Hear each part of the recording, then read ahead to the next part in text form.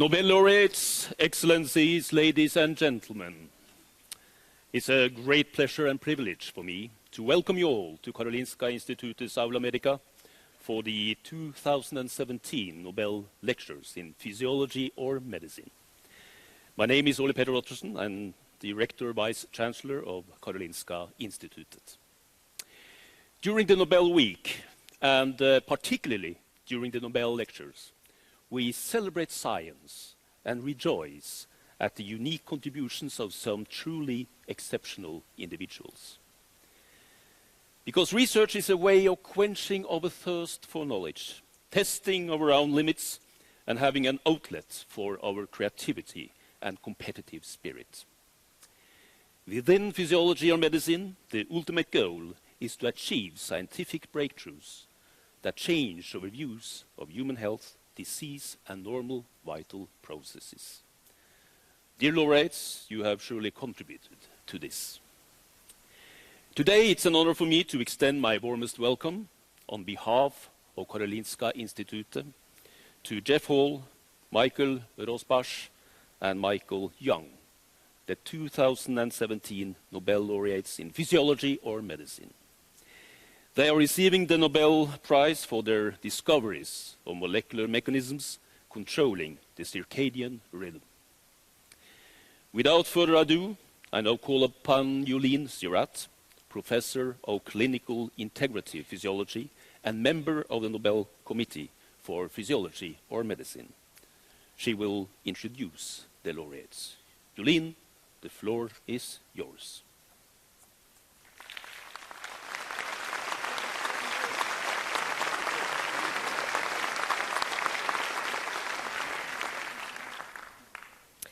Your Excellencies, Vice Chancellor, esteemed laureates, dear colleagues, ladies and gentlemen, we are now at a high point in the Nobel Week, the Nobel Lectures. On behalf of the Nobel Assembly at Karolinska Institutet, it is a great honor for me to introduce the 2017 Nobel laureates in physiology or medicine, Jeffrey Hall, Michael Rosbach, and Michael Young. They have received this year's Nobel Prize in Physiology or Medicine for their discoveries of molecular mechanisms controlling the circadian rhythm.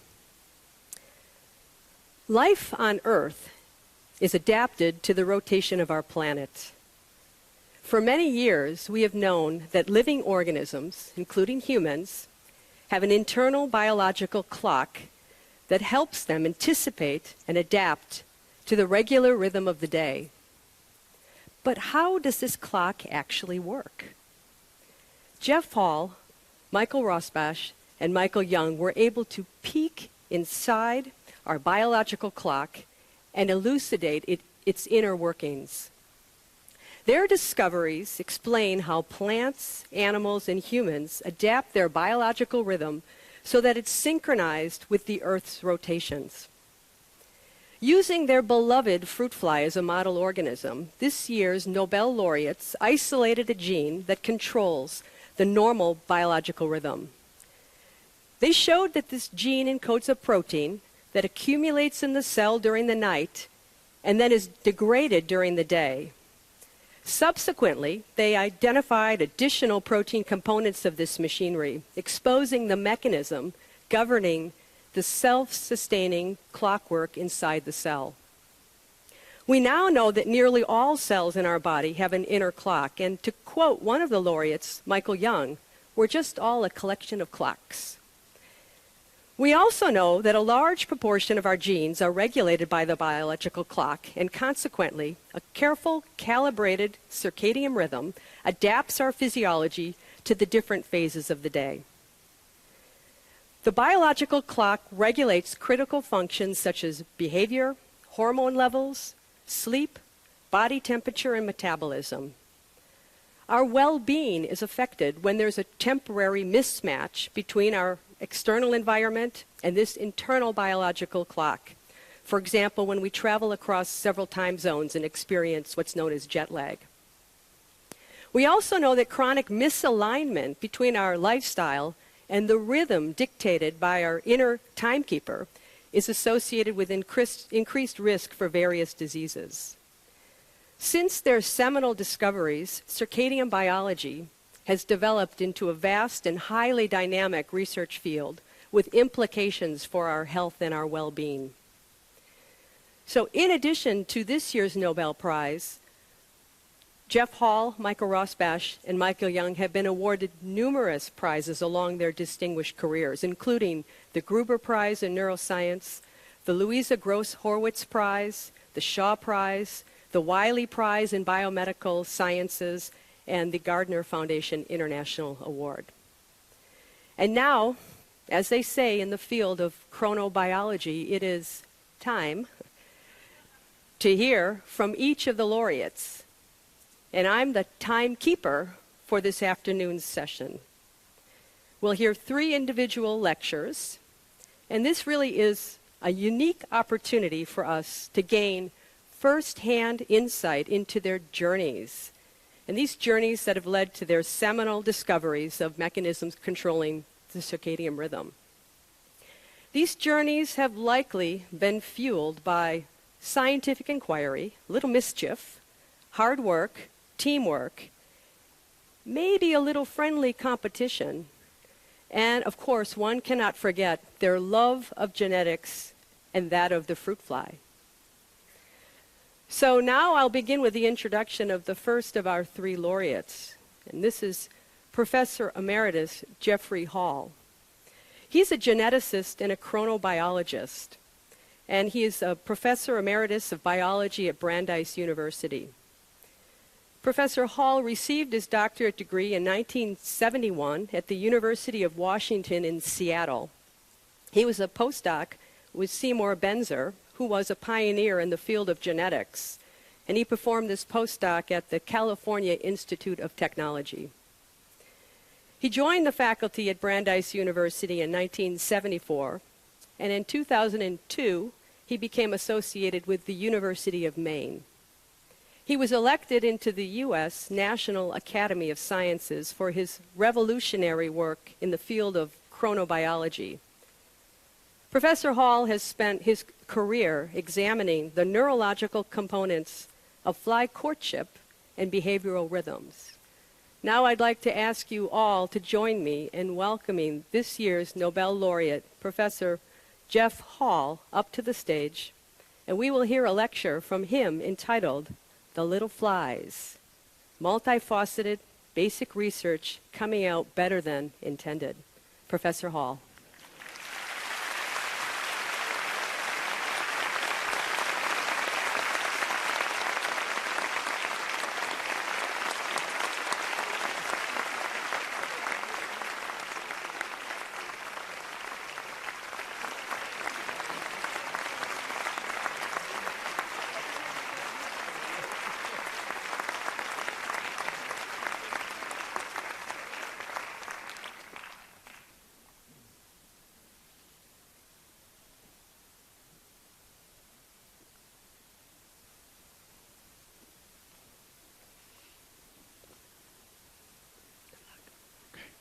Do I just start talking? You just start talking.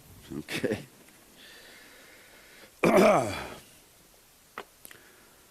So, as Willie Loman would say, isn't this a remarkable thing? That alludes to the fact that I'm extremely grateful and deeply honored for all of what's going on here and this week. Beyond this week, whether or not the whole deal makes my mind boggle at the thought. Mind? But this leads me to segue into some claims that I'm going to make some additional remarks having to do with gratitude in certain general crypto-historical ways about various predecessors that ended up being at least loosely connected with the research in question, and further words of gratitude to certain specific biologists and geneticists.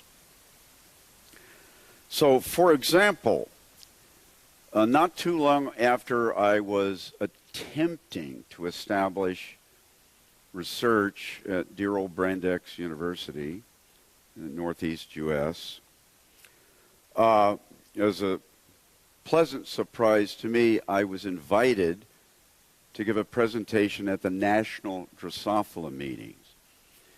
This had been kick-started by my second mentor in my time in the late 1950s, estimable geneticist named Larry Sandler, rest in peace.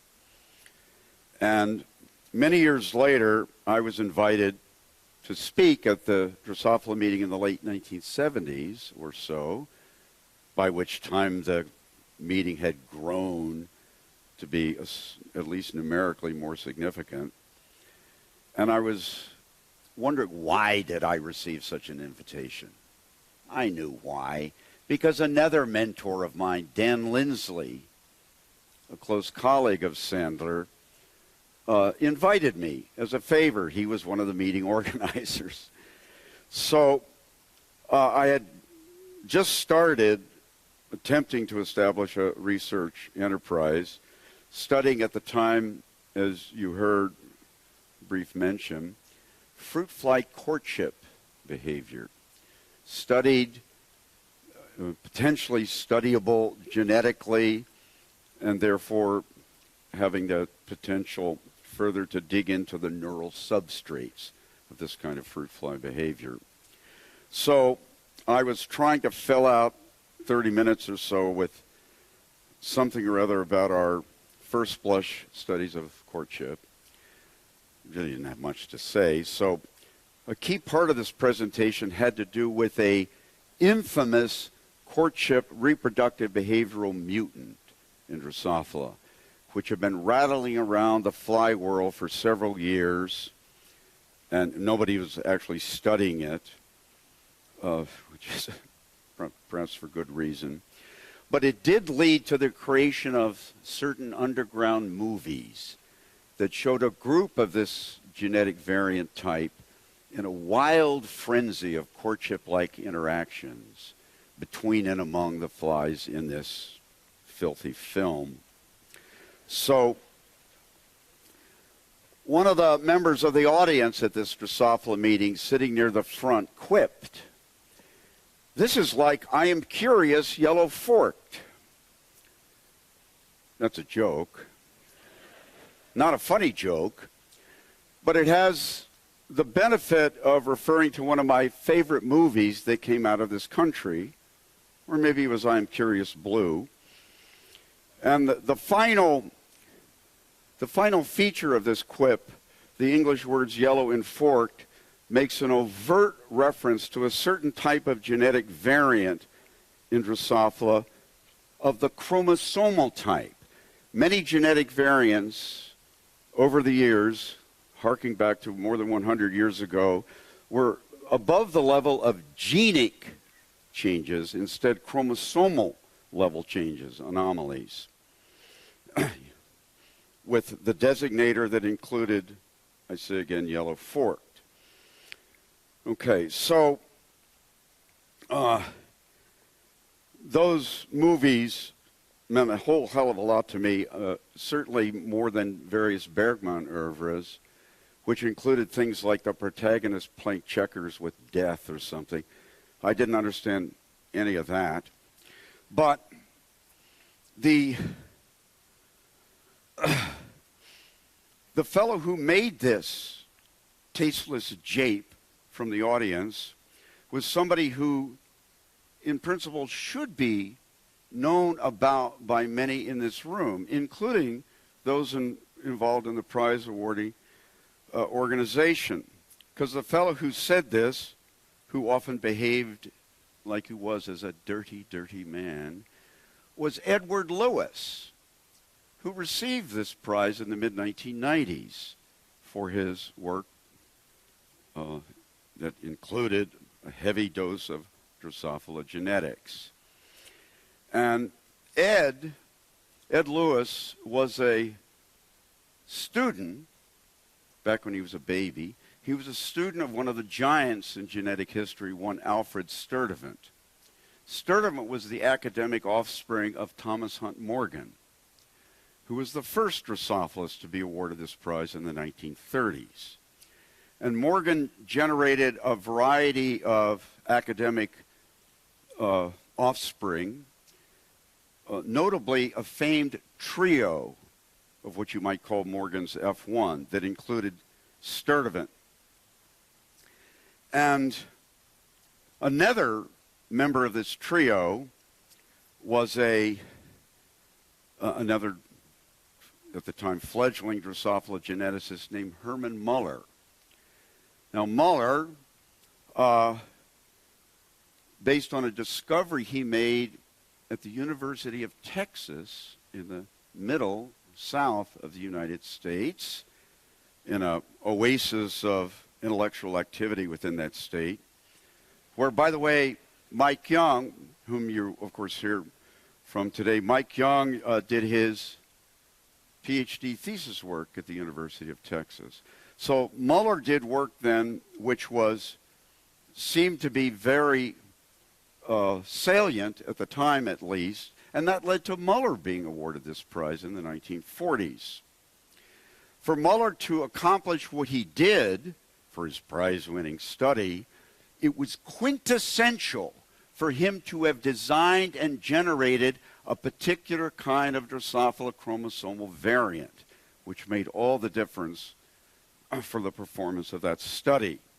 This is a category of chromosomal variant, which I won't burden you with detail-wise, which became one of the great secret weapons of Drosophila research over many, many subsequent decades, without which huge number of Drosophilists could have never done anything if it hadn't been for this type of chromosomally based variant.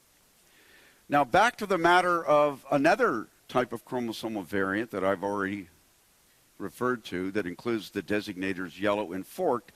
It was Muller himself who generated that now classic type of chromosomal variant in the 1940s, although he didn't get the Nobel Prize for that. It was for other features of his genetically based studies. But these chromosomal variants, which were often designed deliberately and constructed via the usual cytogenetic mumbo-jumbo, were powerfully applicable to ask and answer some genetic questions, what I call genetic genetics, about hereditary factors.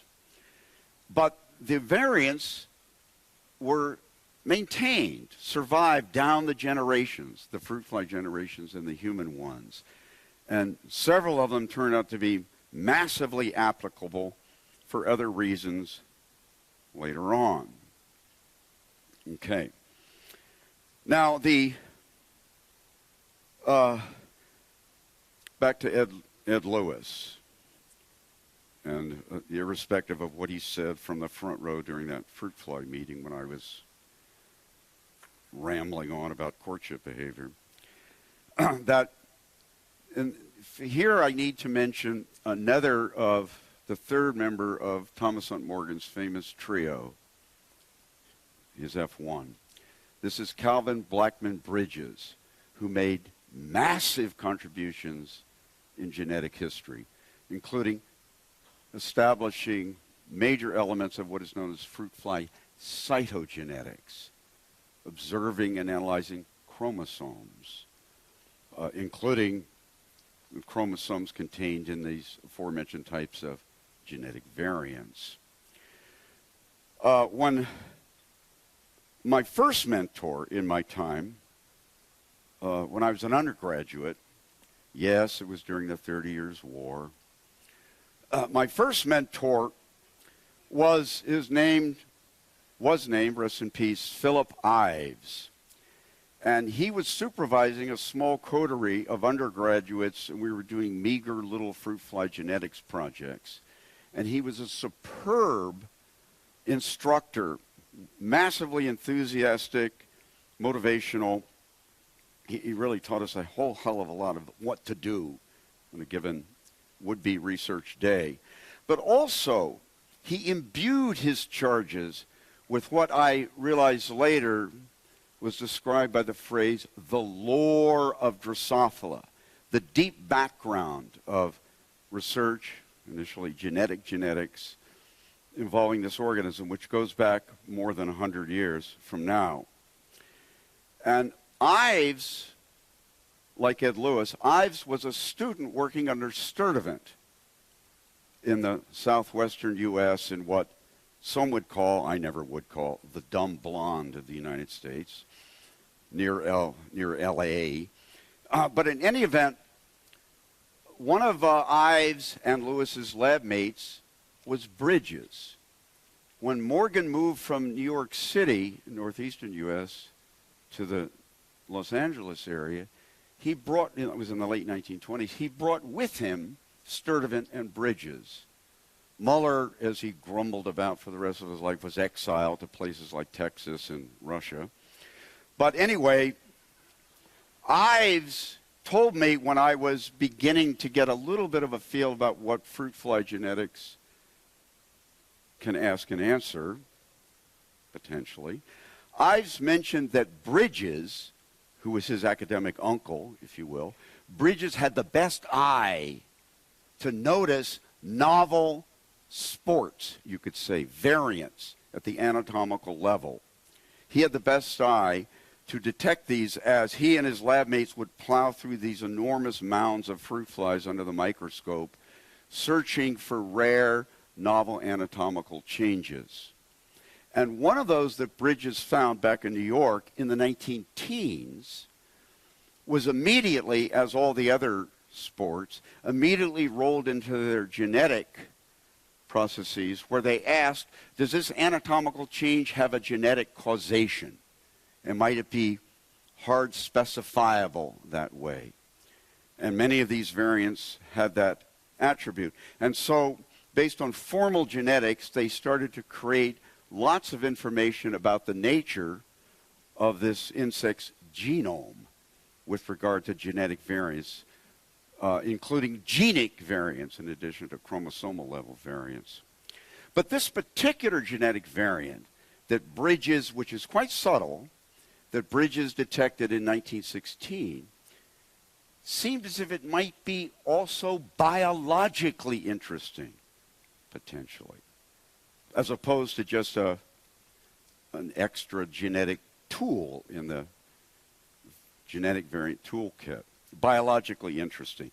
Compared, for instance, with some of these variants that had, for instance, altered eye color. Snore, not necessarily that interesting biologically. So Lewis, working under Sturtevant with Bridges as his lab mate, and with Ives as another lab mate, who divulged to me part of the lore of Drosophila about what a great eye Bridges himself had to notice novel variants. Lewis began his career after his PhD research studying purely genetic phenomena in Drosophila. But a while later, Lewis made a lateral move, just as a duck might make a lateral move à l'orange, into what I call, part of my internal argot, biogenetics. And he picked up on Bridges' variant, the one which seemed to Bridges and other of his lab mates to be interesting potentially at the biological level, more than just genetics itself. And Lewis, for several decades subsequently, pounded away at the factors pointed to by that Bridges variant and many additional related genetic variants, related genetically and biologically, and initiated the majority of Lewis's career in studying the animal's development by taking a genetic approach. When I was fortunate to get to know Ed well and realize that he was a developmental geneticist par excellence and a funky little fellow as well, cute as a button, by the way, Lewis was at Caltech toiling in absolute obscurity, even within that department. He was ignored or disparaged in the main. He was kind of a recluse. His members of his lab, I think was one other person. But those who knew about Ed's presence said on his behalf, well, Ed doesn't publish anything. This is now the early 70s. He had not published a paper since the mid-50s. They said he doesn't do that because he's a perfectionist. He demands absolute thoroughness and perfection before he puts pencil to paper. And this got back to Ed, naturally, and he once said to me in private, he said, Jeff, this is caca. He said, I'm not publishing anything because I haven't found anything in living memory. And that was reality. But a few years later, in the late 70s, Ed burst forth with a publication, late 70s, that won him the Nobel Prize. And this was all based on the genetic variant at root found by Bridges back in the 19-teens. So this variant and many associated variants, including chromosome aberrations, mind you, of other categories, seem to say a whole hell of a lot about how certain genes help construct this organism beginning at the earliest stage of development. This paper, 78, also had strong evolutionary implications, even in the pre-molecular era. The relevant genetic factors in Drosophila or elsewhere had not yet been identified DNA-wise. Okay, so an example of how you can muddle along and admit to yourself that you're not getting anywhere, but you hope that you're making a tad of progress during a given half-decade. Keep going, and something might will out, as it did in the case of Ed's study, which is, thanks in part to his wherewithal, going back to Morgan Sturtevant, with a lot of ancillary help from Muller and naturally Bridges, that this whole project that Ed was mired in when I first got to know him was an example of something coming out better than he intended, or at least expected. But as you also heard a mention of in the introductory remarks, another corner of the overall biogenetic enterprise, in principle, a priori, might involve Drosophila behavior, as opposed to developments, starting with the fertilized egg. Most conspicuously postnatal behavior after you get the mature adult animal. And so behavior biogenetics was pioneered principally, conspicuously, by the aforementioned Seymour Benzer, who by then had moved to Caltech and took advantage of Ed Lewis's local genetic and chromosomally based genetic expertise. So Benzer, instead of just imagining he might encounter the occasional behavioral variant, made a systematic attempt to generate behavioral variants from scratch and systematically search for them. The way he did this, the only way it would have worked was to apply, you guessed it, the aforementioned bibbledy-boo yellow-forked chromosomal variant, which made all the difference for this mutant hunt to work. And it did work. And several of these first blush behavioral mutants ended up pointing to well-definable genes with interesting products that function on behalf of the animal's postnatal activities, behavior, physiology, neurochemistry, as the case may be. But aping the Benzer approach, 1 year later, this is now the late 60s, a student in Benzer's lab, Ronald J. Konopka, said, I'm going to do the same thing, the self-same genetic tactic, applying yellow forked, once again, very powerfully applicable, as came to be realized decades after Muller generated it. He said, I'm going to search for novel variants, but in this case of a particular type, daily rhythm variants that would show abnormalities or anomalies of daily biological rhythms in Drosophila. And what Konopka did, therefore, was kickstart, perhaps unwittingly, then a tiny sub-cottage industry enterprise, he kickstarted what is now in this century has become industrial level research in chronogenetics and molecular genetic chronobiology, including neurobiology. The Konopka was a rare bird and very adept at what he was doing, both in terms of chronobiology and genetics, thanks to being mentored, as Ron was, by Lewis, largely. But he wasn't absolutely alone, even though chronogenetics was a tiny, tiny subset of the biogenetic enterprise. Because shortly after Konopka initiated the whole deal, some fungal geneticists did the same kind of thing. They searched for rhythm variants in a species of fungus, which should be appreciated by many in this room, because working on this fungal species, Neurospora, led to one of the banner Nobel Prizes in the history of the whole deal, when George Beadle and Edward Tatum realized that Neurospora genetics is ACEs, but they weren't studying genetic phenomena alone. They were using Neurospora genetics to ask questions about not just what is a gene. If you know what a gene is sitting there somewhere, that's not enough. What is a gene doing? What's coming out of a gene? And Beadle and Tatum made major contributions to what later became known as gene action, and which later on was often as a kind of a aphorism, DNA makes RNA makes protein. Okay, but Neurospora, at least in part because you can do fine genetics with that species of fungus, became also a chronogenetic system in that fungus, after Konopka had initiated the fruit fly side of things. Neurospora chronogenetics, I have found, in my opinion, which is infallible, is ACEs. But at a minimum, I was very glad and very appreciative of becoming acquainted with the Neurospora fungal folk who were studying rhythms, because at the early rhythm conferences I went to, and you could never imagine the falderall at these conferences coming from the lecterns in the front of the room. It was beggared the imagination. And I would be sitting next to the Neurospora chronogeneticists in question, Jay Dunlap and Jennifer Loros, and we would be sitting there rolling our eyes heavenward at what was coming out of a given speaker.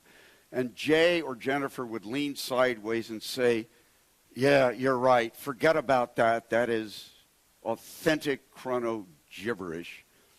But every once in a while, they'd lean sideways and say, "That's worth registering and processing later at the bar." So rhythm research, in part, when you get clear with various of the phenomena and the norms and the jargon and so forth, rhythms are interesting, I claim. Lots of research comes under the heading of dry as dust, often studied by Professor Dry as Dust. But rhythms are interesting in part because they're accessible to researchers. It just seems neat that biological cells and tissues can harbor clocks. Biological clocks, not electromechanical, biological. What could they be? And back when I and Michael Rospesh and Mike Young got into this, nobody had a clue what a clock could be composed of or how it might operate. But we imagined that taking a genetic and eventually molecular genetic approach, the latter being quintessential, that we might contribute to understanding how rhythms are established and regulated, and how do they clunk along every day, all day. What am I out of time already? What? I'm out of my mind, which that's not possible. There is no mind left. But anyway, this brings me to another claim, which is cavalier and whimsical, is that I believe that this year, with regard to this prize in physiology or medicine, oddly named, that there should be 5 awardees. There should be 5 awardees this year in this category. And one of them should be the little flies, which have contributed. You can't do this, of course. And it also, there can't be 5 awardees that flouts the rules, or as Americans would say, flaunts the rules. Most of them being illiterate. But awardee number 4 should be the little flies, because as exemplified, they've created massive amounts of biological, in addition to genetic knowledge, going back more than 100 years of time. And the 5th awardee, silly as this may sound, should be the phenomenon, rhythmicity, because rhythms are arguably interesting. And you've already heard about why they should be regarded as interesting, and you're going to hear much more about that in meaningful words and pictures from Professors Rosbesh and Young. But rhythms are interesting. And as you'll be hearing about, they're ubiquitous among organisms and even within a given type of organism. Their universal attributes descriptively seems to point to how important they must be, and as if they may have in fact been one of the earliest things that evolved, as Americans would say, 6,000 years ago, when life arose here on the third rock from the sun. But to study for mutants with abnormal rhythms in fruit flies and then Neurospora and later a variety of other organisms, that those mutations had interesting abnormalities, but the mutations causing the mutant rhythm anomalies, the mutations also pointed to genes. And as Michael has said, even in private and even in mixed company, Jewish and Gentile, that for this biogenetic enterprise, chronogenetics, it was quintessential. You could never meaningfully predict what these genes would be about, what kinds of products would come out of them, unless the genes and the products were identified empirically by actual lab work. So the molecular side of the chronogenetic enterprise quintessentially needed to become and did do molecularly as well. So the final things I'll say here, having given a tip of the hat or so to various predecessors, including my 2 mentors and their associates who I wished I were alive when Bridges, Sturtevant, and even Muller, whom I never met. I begged my mentors to introduce me, and they refused. But many of my predecessors that I did or did not have anything to do with personally meant a hell of a lot to me. But springing forward into the 1980s and beyond, I think it's worth mentioning that there actually, of course, can only be 3 awardees in this category this year, as every year, 3 or fewer. And the 3 awardees are what, in terms of American research grant jargon, are PIs, the 3 PIs. That stands for principal investigator. Perhaps the adjective is correct, although not all PIs actually investigate, as you meant. But part of my own internal lingo was to refer to lab mates, such as in the lab of what I nominally supervised and Michael did and Mike did, and those 2 still do, are AIs, actual investigators. And I can't help give a tip of the hat to a subset of these, those who voted with their feet and their pocketbooks to travel long distances to be part of this week of Bibbledy-Boo, such as people I can never forget and never fail to appreciate, chrono-wise at least, like Bambos Kyriakou and Kathy Sawicki and Ralph Stanevsky and Joel Levine, some of the major contributors to the chronogenetic, molecular, neuro-behavioral And then when Michael Rospesh and I, when half of each of our lab joined forces, one of the great joys, believe it or not, even though I'm a terrible sourpuss, but I really genuinely enjoyed coming to what I laughingly called work, because I realized that there were all these fine AIs nominally under me, but also in Michael's lab. People, I know that some of them have made this trip for this week, like Paul Harden and Ravi Alada, but there was really a doubling or more than a doubling of AIs with whom to interact. And AIs in the two labs got to do, both in terms of vocational and personal matters.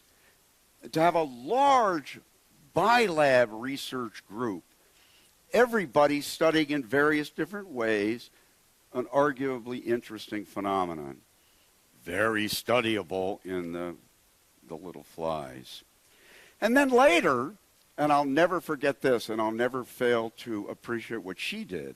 This is now vaunted Professor Leslie Vosshall, who was, when I first met her, was in the early 90s, was a baby working in Mike Young's lab in New York City.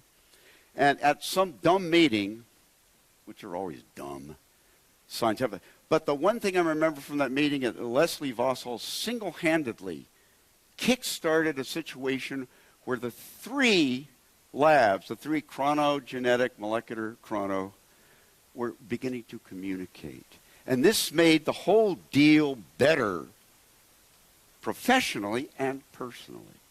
To get to know AIs in Mike's lab, such as Professor Vosshall and Amita Segal, who is here, who traveled a long way, and several other AIs. There are many, many other AIs among the three labs who I haven't mentioned because they didn't travel to Stockholm, or I'm unaware that they did or didn't. But it was just, I mean, you know, your supervisees make all the difference in terms if anything is going to happen. And it's often just on a day-to-day basis, interesting and enjoyable to interact with them, even if the PI is not really supervising. Like, you know, Michael and I in one office or the other sitting down and talking about sports outcomes, agonies or something. But nonetheless, the AIs between two labs and then with a third lab from the same region of the United States, but far away, it really became a three-lab group in terms of communication and even palpable cooperation. So the whole thing was, I think it did come out better than we intended, at least at the beginning, going back to the late 70s, early 80s. But however it was going to come out, it was just, it was really almost sensually enjoyable to deal with the little flies and all the potential that they create, including genetics, and then molecular and genomics. And they behave in a very complex, sophisticated way, more sophisticated than the behavior of many humans, which is like shooting fish in a barrel. But they divulge. It's almost like in some mystical, stupid way that you said, my God, if you're going to work with me seriously and if you know what you're doing and you care, I'm going to give up a secret or two.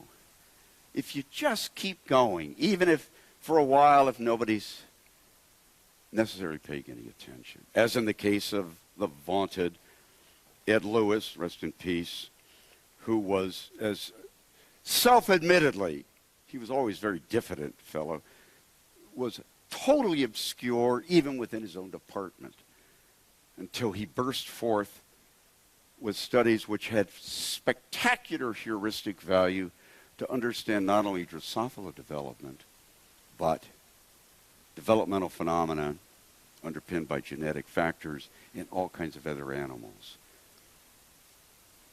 Michael's just waggling something at me as it wasn't quite an obscene gesture, but it should have been. But the same happened, again, better than we intended, that these fruit fly chronofactors, genic, mutants, mutations, molecular clones, connected with analogous and even literally homologous factors way beyond the insect arena, which I don't think we would have never particularly anticipated back in the late 70s. But Jesus, to work on the little flies and to be mentored in part about the lore of Drosophila, which didn't really help. It was just interesting, and it was kind of motivational. So, the tip of my hat to all these predecessors, all these successors, and especially, someday, come on, guys, give a prize to an invertebrate. It'll be funky, but warranted. So, I'm done. Well, I'm really done in life as well as... But if there's been any attention, I thank you for it.